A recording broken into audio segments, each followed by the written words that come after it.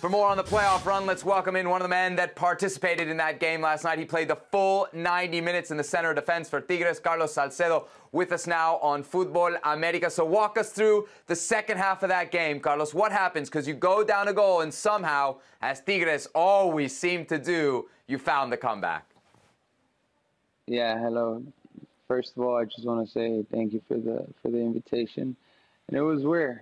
It was a weird game because, you know, we were dominating the game, and the first, I think, 10 minutes of the game, they got that early goal, and the good thing about our team is that we never give up. We always stay focused.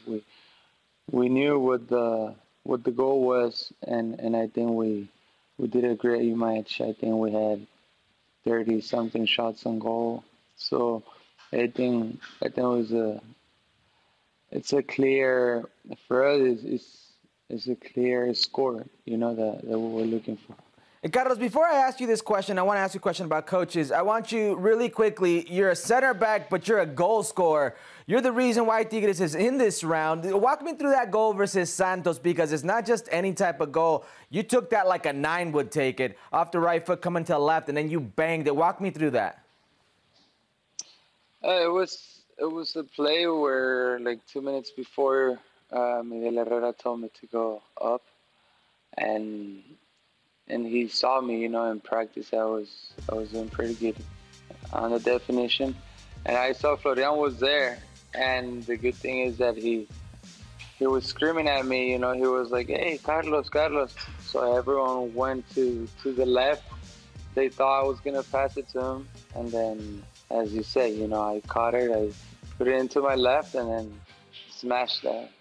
So you talk about Miguel Herrera instructing you. You've now been coached by, my count, 2 of the best Mexican coaches, not just recently, but probably in its history. When you talk about what they've done, the experience and whatnot, what's the biggest difference between a Miguel Herrera coaching you and a Tuca Ferretti?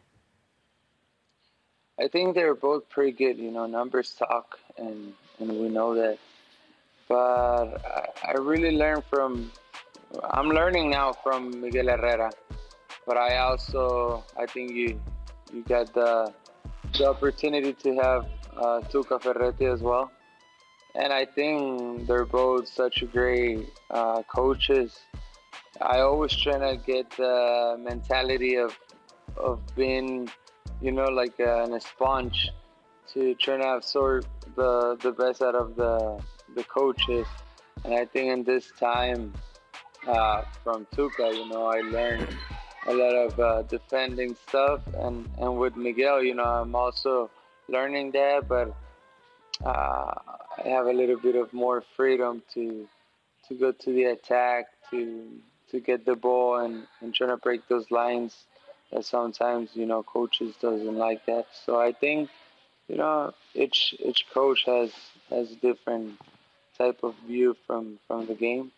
And for me, it's just enjoy the game, enjoy the moment, trying to get the best out of it, and that's it. Of course, both of those managers have taken charge at one point or another of the Mexican national team. Carlos, you've been a stalwart with El Tri for a long time, last with the team during the Gold Cup. Do you still feel a part of the Mexican national team setup right now? Yeah, I mean, why not? I started it since 2019, so at this point, you know, everyone is going to talk. Everyone is going to say, you know, I got fired. You know, I'm declining the calls. But no, I know it's football. I know I made a mistake. They know what they've done also. So I think we talked already. We forgive each other. We move on what's the best. And for me, to be honest, I'm chill right now. I'm chill. I'm enjoying family. You know, I have that desire to go to another World Cup.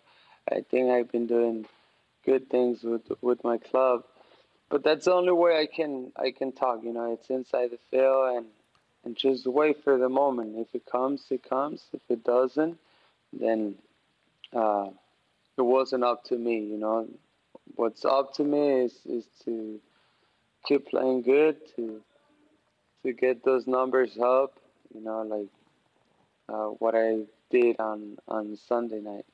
Carlos, I'm sure you were keeping a close eye in the last round of Mexican national team games. They ended up playing the U.S. men's national team and Canada in that last round. They lost both games. Don't put me on that spot, huh? No, tell me what you saw. You don't what you see as a fan, what you see as a player, like just your initial thoughts about those two games.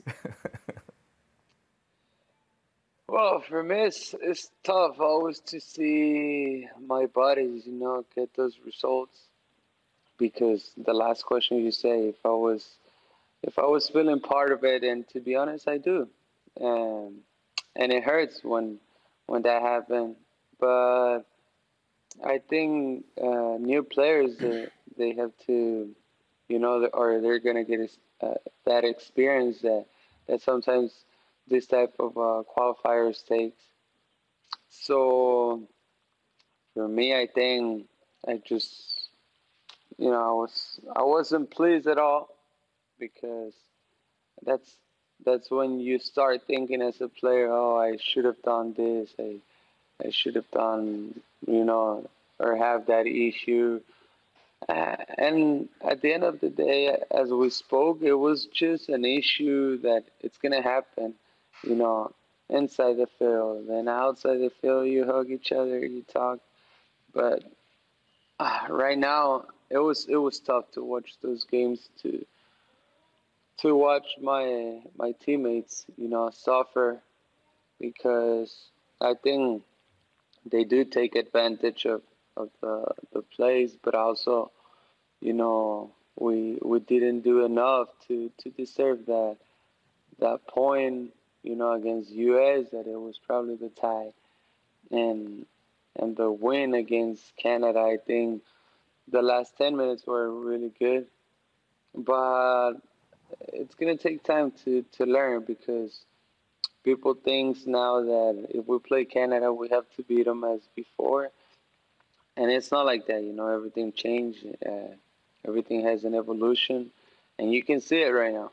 You know, you can see it with Canada, and they're dominating the zone. So I think we have to also be a little bit more humble, and also sit and see what they're doing that we're not doing, you know, and I take it as that. Carlos, you've been all over in your career. I don't know if a lot of people know this, but you actually started your professional career in RSL. Obviously had a great stint, RSL, a successful baby. one. There you go. Right now. There you go. Exactly. Exactly. But more to the point, really, something specifically that Piojo Herrera said. He said if there's any player in Mexico right now that's ready for a return to Europe, it's you. It's Carlos Salcedo. Yeah. Do you feel ready for a return to Europe? Do you want to return to Europe? Is that something on your radar as you look at what's left of your career? Are you a witch or something? Because now everyone is speculating that. You know, sometimes I get scared.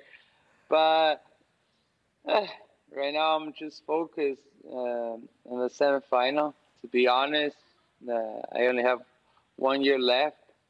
I'm having offers from Europe, but I leave that to my agent, because I want to get focused on my career, on what's happening right now.